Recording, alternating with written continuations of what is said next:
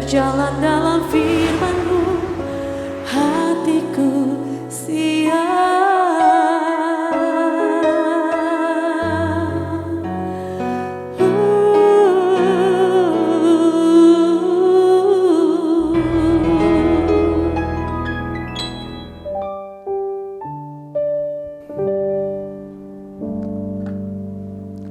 Salam, God lover yang dikasihi oleh Tuhan Yesus Kristus. Senang boleh kembali bersama-sama saudara semuanya.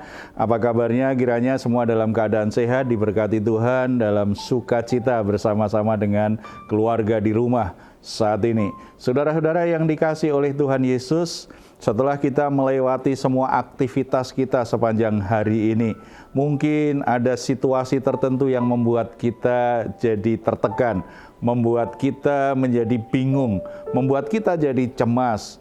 Kita lelah secara fisik tetapi juga mungkin mengalami kelelahan secara psikis. Ini saat yang baik bagi kita untuk menghampiri tata kasih karunia Tuhan. Karena ketika kita ada dalam hadirat Tuhan, Tuhan memberi kita kelegaan, memberi kita ketenangan, memberi kita damai sejahtera. Supaya kita semua tetap bisa istirahat dengan baik malam hari ini. Tuhan ingin memberkati kita. Makanya Dia berkata kepada kita, "Marilah kepadaku semua yang letih lesu dan berbeban berat. Aku akan memberi kelegaan kepadamu." Percaya firman-Nya, ya dan amin. Mari kita hampiri Dia dalam doa.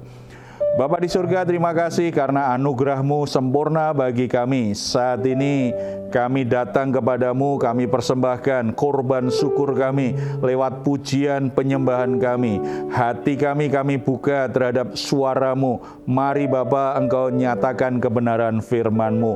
Kami juga membawa semua hal yang membebani pikiran kami, yang membuat jiwa kami tertekan, yang membuat hidup kami terasa berat. Kami membawa kepadamu karena kami percaya firman-Mu yang berkata, Engkau akan memberi kelegaan kepada kami. Kami sangat percaya ketika kami ada dalam hadirat Tuhan, ada kelegaan, sukacita, damai sejahtera yang menjaga hati dan pikiran kami. Kami bisa beristirahat malam hari ini dan kami boleh menjalani hari-hari kami dengan kekuatan ilahi, membuat kami menjadi tangguh, membuat kami tidak mudah menyerah dengan keadaan, tetapi justru membuat kami semakin bertumbuh, semakin kuat di dalam Tuhan. Ini Tuhan, persembahan kami, hidup kami dalam nama Tuhan Yesus. Amin. Hanya di dalam Tuhan ada ketenangan. Hanya di dalam Tuhan ada kedamaian. Carilah Dia. Tenanglah kini hatiku, Tuhan memimpin langkahku.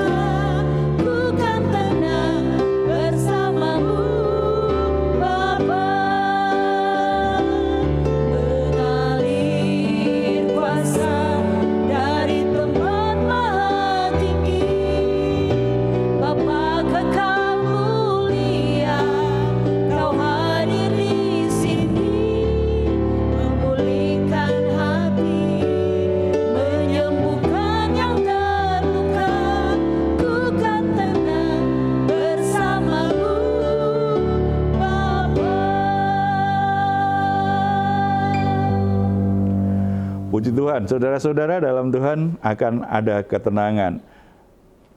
Kalau kita bicara tentang pengalaman hidup orang, perjalanan hidup orang, kita akan bertemu dengan waktu tertentu, masa tertentu di mana krisis itu datang. Ketika krisis kehidupan datang, ada dua kemungkinan berdampak dalam hidup orang yang mengalami. Yang pertama, hidupnya jadi hancur, berantakan ketika krisis terjadi, karena dia menyikapinya dengan cara yang salah. Tetapi ada banyak kisah yang kita dengar ketika dia mengalami krisis, justru hidupnya semakin terbangun, hidupnya semakin baik, hidupnya semakin berubah, hidupnya semakin terberkati. Dia menjadi orang yang semakin memancarkan kemuliaan Tuhan.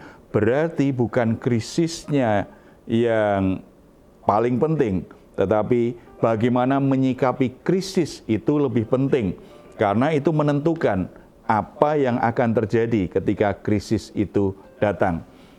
Kita akan sharing tentang hal ini lebih lanjut. Sebelum kita lihat kebenaran firman Tuhan, saya ingin ada yang berbagi tentang orang yang mengalami krisis dalam hidupnya, supaya terlihat nyata bahwa krisis itu sesuatu yang nyata ada dalam kehidupan setiap orang, bahkan orang yang mengasihi Tuhan.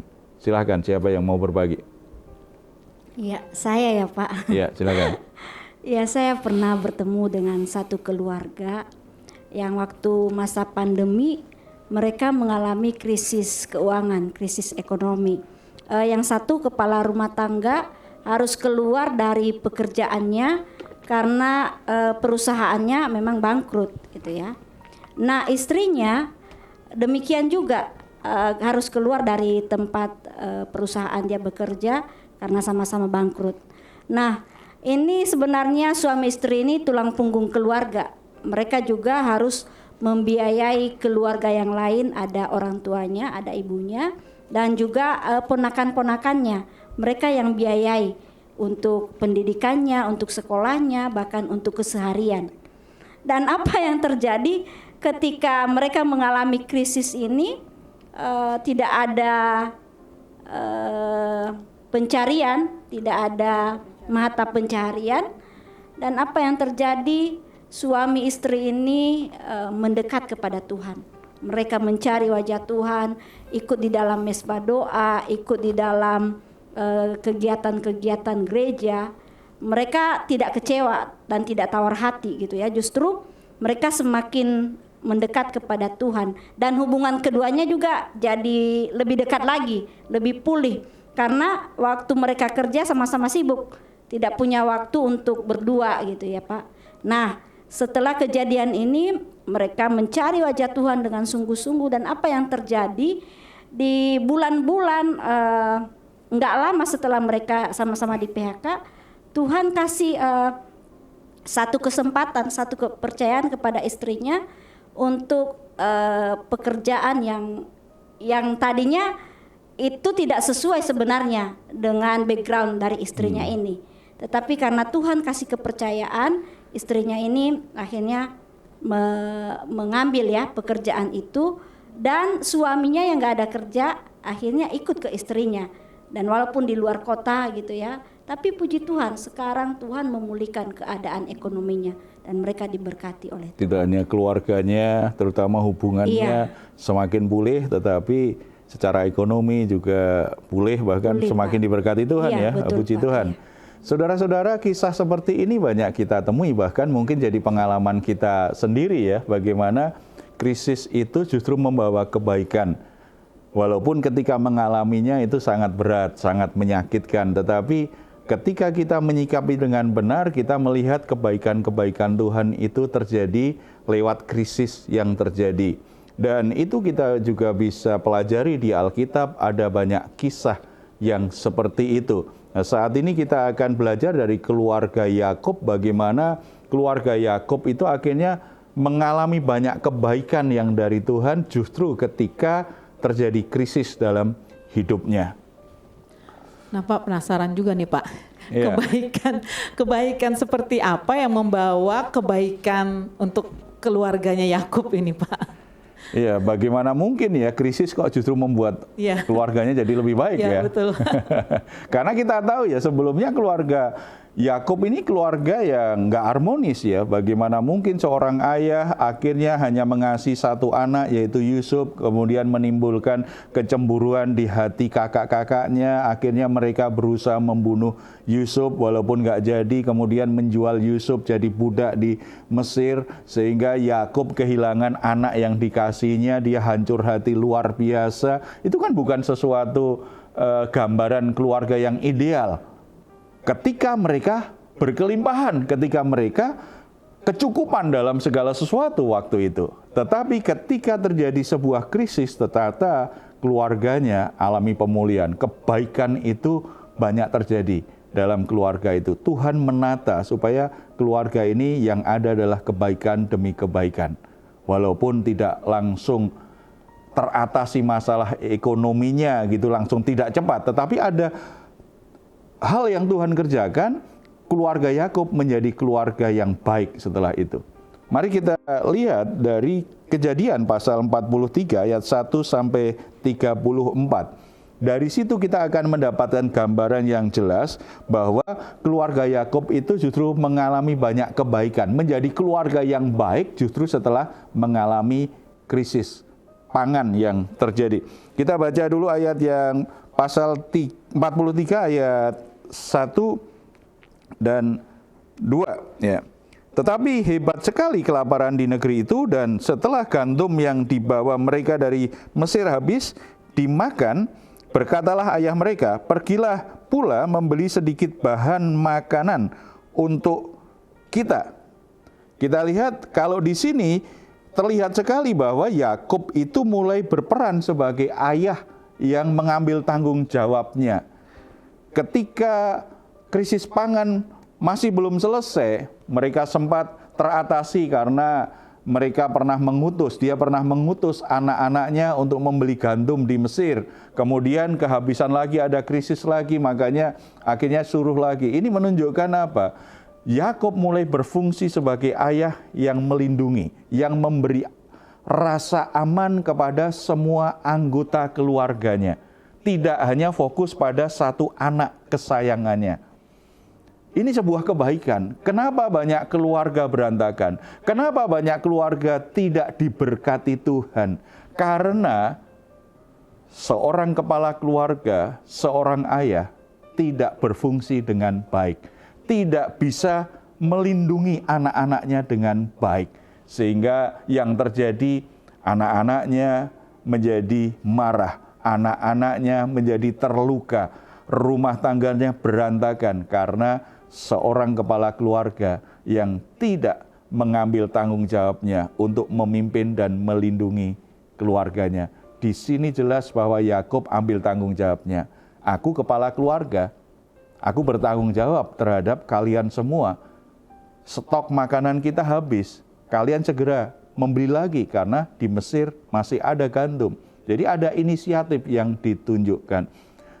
Dia berani ambil keputusan yang sulit. Bahkan ketika anak-anaknya berkata, kalau kami ke sana, kami harus membawa Benyamin. Sebab penguasa di sana bertanya, apakah kamu punya adik? Masih ada satu. Kalau begitu, bawa juga ke sini. Jadi kalau kami tidak membawa, mungkin kami akan gagal untuk mendapatkan gandum. Kembali hati Yakub itu diliputi dengan kesedihan. Jangan nanti anak ini hilang lagi seperti dulu. Berarti ada tanggung jawab sebagai ayah itu sangat kuat sekali di situ. Ketika Yakub berusaha menghalangi, jangan dibawa Benyamin. Tetapi anak-anaknya mulai menunjukkan bahwa mereka saling mengasihi, saling melindungi juga. Jadi tidak hanya ayahnya yang akhirnya berperan sebagai pelindung, sebagai pemimpin yang bertanggung jawab. Anak-anaknya juga akhirnya mengambil bagian, saya bertanggung jawab. Itu yang dikatakan oleh anak-anak Yakub. ayat yang ke-9. Ya, kita baca, "Akulah yang menanggung dia. Engkau boleh menuntut dia daripadaku jika aku tidak membawa dia kepadamu dan menempatkan dia di depanmu. Maka akulah yang berdosa terhadap engkau untuk selama-lamanya." Ini diucapkan oleh Yehuda. Berarti ada anaknya yang akhirnya ayah tidak usah takut. Ayah tidak perlu ragu. Kalau ayah izinkan Benyamin kami bawa, nanti kalau ada apa-apa, saya tanggung jawab. Ayah salahkan saya. Padahal sebelumnya kita lihat kan, mereka tega tuh menjual adiknya. Sekarang mereka mengambil tanggung jawabnya. Berarti sebagai saudara saling menjaga satu sama lain. Mereka tidak membiarkan ada yang terhilang, tidak membiarkan ada satu pun yang celaka. Mereka berani menjamin, aku bertanggung jawab. Bukankah ini sebuah kebaikan? Yang pertama tadi kan kebaikan yang sangat indah sekali. Kalau ada para pria, para ayah akhirnya mengambil tanggung jawabnya, berani membuat keputusan, menjamin anggota keluarganya dalam keadaan aman. Berupaya sedemikian rupa supaya anggota keluarganya itu aman. Semuanya cukup makanan, semuanya teratasi. Masalah-masalah yang terjadi semua bisa teratasi. Itu luar biasa kalau ada seorang ayah yang seperti itu. Itu kebaikan yang luar biasa dalam sebuah keluarga. Antara anak-anak yang satu dengan yang lain, akhirnya mereka saling melindungi, mereka saling menjaga, mereka saling peduli. Bukankah ini sebuah kebaikan? Mengingat dulu nggak seperti itu. Ini bagian dari proses Tuhan memilihkan sebuah keluarga. Di saat ada krisis, orang saling menjaga. Tidak hanya orang tua yang ambil tanggung jawab, saudara-saudara pun saling menjaga. Saya ketemu banyak keluarga kan seperti itu. Ketika ada satu anak sakit dalam keadaan sakit kritis, maka ayah yang selama ini begitu sibuk, ayah yang selama ini cenderung tidak peduli dengan anak-anaknya, bagi dia adalah kerja dan kegiatan-kegiatan sosial sesuai dengan hobi yang dia sukai. Ada begitu banyak acara. Dia berpikir kalau dia cukupi anak-anaknya dikasih duit cukup. Membuat ada satu anaknya yang merasa tidak mendapatkan kasih yang cukup, akhirnya dia lakukan sesuatu yang fatal dan celaka. Akhirnya dirawat di rumah sakit dalam keadaan kritis. Dalam keadaan kritis seperti itu, hati ayahnya hancur. Akhirnya dia setiap hari di rumah sakit menjaga anaknya ini. Ada perasaan bersalah yang membuat dia merasa ini saatnya aku bertanggung jawab. Kalau Tuhan akhirnya panggil, tetapi saat terakhir aku harus menunjukkan bahwa aku ayah yang bertanggung jawab. Aku tidak mau sibuk dengan pekerjaanku. Berminggu-minggu dia tunggui anaknya di rumah sakit. Dan saudaranya yang lain ikut sedih. Saudara yang lain yang selama ini juga sibuk. Sebab kalau punya orang tua yang sangat sibuk, gak peduli kan biasanya anak-anaknya juga sibuk masing-masing kan. Begitu tahu ada saudaranya yang kritis, hampir meninggal, maka adik-adiknya yang lain, kakaknya mulai datang juga. Mereka menunjukkan kepedulian. Dan itu ikatan yang terbangun luar biasa. Di rumah sakit justru terjadi pemulihan. Dan itu juga yang terjadi dengan keluarga Yakub. Ketika akhirnya Benyamin dibawa ke Mesir bertemu dengan Yusuf. Kemudian Yusuf bertanya, apakah ini adikmu yang pernah kamu ceritakan? Oh iya benar, dia adalah Benyamin. Hati Yusuf begitu hancur sampai dia menangis sebagai raja. Dia malu untuk menyatakan tangisannya itu. Apalagi dia kan masih coba menyembunyikan identitasnya sebagai saudara. Kalau kita baca di ayat 29 ya. Ketika Yusuf memandang kepada mereka, dilihatnyalah Benyamin adiknya yang seibu dengan dia. Lalu katanya, inikah adikmu yang bungsu itu yang telah kamu sebut-sebut kepadaku? Lagi katanya, Allah kiranya memberikan kasih karunia kepadamu anakku. Lalu segeralah Yusuf pergi dari situ sebab hatinya sangat terharu merindukan adiknya itu. Dan dicarinyalah tempat untuk menangis. Ia masuk ke dalam kamar lalu menangis di situ. Ia merindukan adiknya. Ikatan batin sebagai anggota keluarga itu semakin bertumbuh. Kalau kita lihat tadi kan, Yakub sebagai kepala keluarga, ikatan batin terhadap anaknya itu tambah kuat. Karena dia menunjukkan tanggung jawabnya untuk melindungi seluruh anggota keluarganya. Berarti mulai tumbuh ikatan batin dengan anak-anaknya kuat. Anak-anaknya juga begitu. Ketika mereka mengambil resiko akan kehilangan adiknya, ada yang bertanggung jawab, kami bertanggung jawab. Mereka saling melindungi satu sama lain. Berarti ikatan persaudaraannya tambah kuat. Yusuf yang hidup sebagai orang asing di negeri asing, itu pun juga dia sangat merindukan sekali saudara-saudaranya, sangat merindukan ayahnya, sangat merindukan adik yang satu ibu yaitu Benyamin, sampai meneteskan air mata. Itu menunjukkan ikatan batin itu pulih. Saudara lihat ini krisis kalau disikapi dengan benar, maka keluarga itu jadi pulih. Pemulihan itu tidak selalu bicara tentang kondisi ekonomi yang jadi baik. Walaupun keluarga Yakub setelah itu secara ekonomi kan baik-baik saja, Tuhan tetap beri jalan keluar. Tetapi yang terpenting adalah ikatan keluarga itu dipulihkan Tuhan. Orang tua berfungsi dengan baik, seorang ayah berfungsi dengan baik, dan persaudaraan itu hubungannya juga menjadi baik. Ada pemulihan hubungan antar saudara, ada ikatan batin yang semakin bertumbuh antara orang tua dengan anak, antara kakak dan adik, itu tumbuh. Itu bagian kebaikan yang terbaik yang terjadi dalam keluarga ketika krisis terjadi. Oleh sebab itu Bapak Ibu Saudara, kalau saat ini saudara sedang mengalami krisis, jangan hanya larut dengan kesedihan, dengan perasaan stres, tertekan karena kondisinya memang berat. Kenapa kita tidak melihat ada sebuah kesempatan untuk memberi nilai kebaikan melalui krisis yang sedang terjadi itu?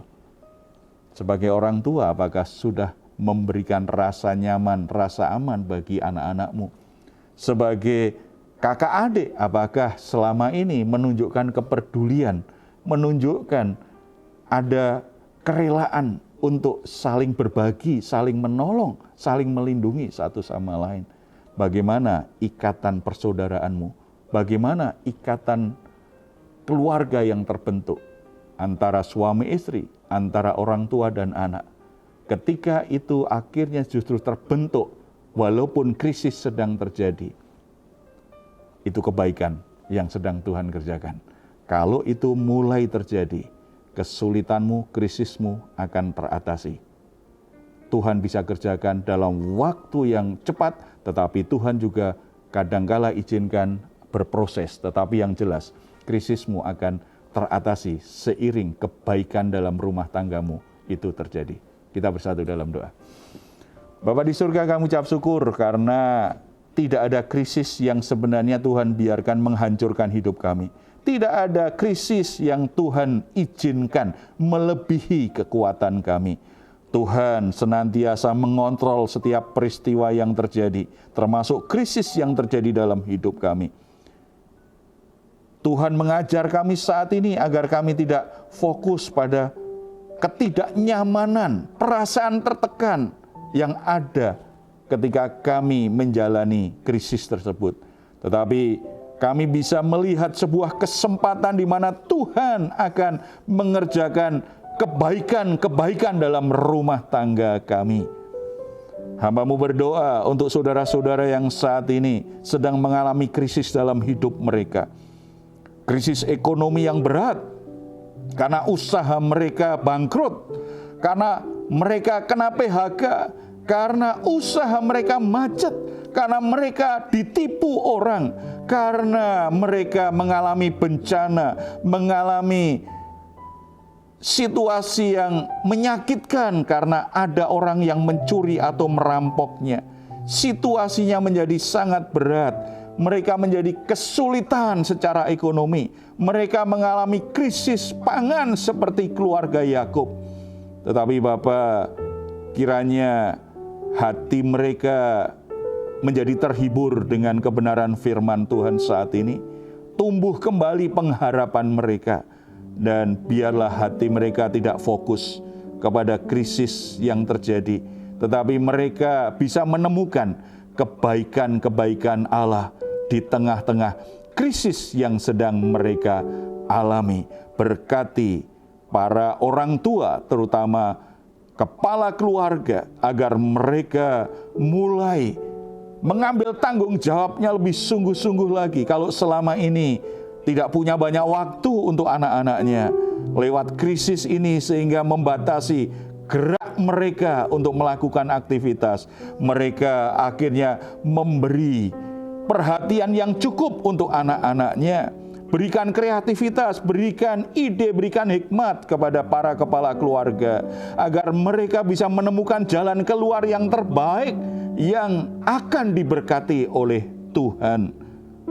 Hubungan persaudaraan antara kakak adik yang selama ini jauh, saat ini tidak akrab, tidak intim, biarlah melalui krisis yang terjadi, persaudaraan itu menjadi pulih. Hubungannya, ikatan batinnya kembali tumbuh kembali Tuhan.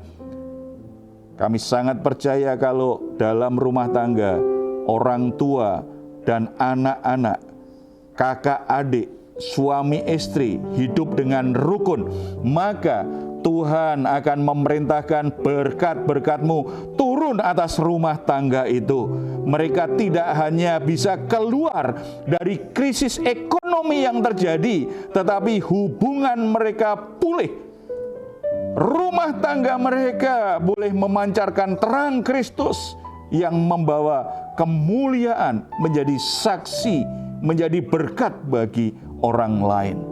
Nama-Mu dipuji dan dimuliakan. Tuhan berkati setiap orang-orang yang sedang mengalami krisis hari ini. Kuatkan hatinya, tumbuhkan kembali pengharapannya, teguhkan hatinya agar mereka tidak menyerah dengan keadaannya, tetapi membawa krisisnya itu kepada Tuhan.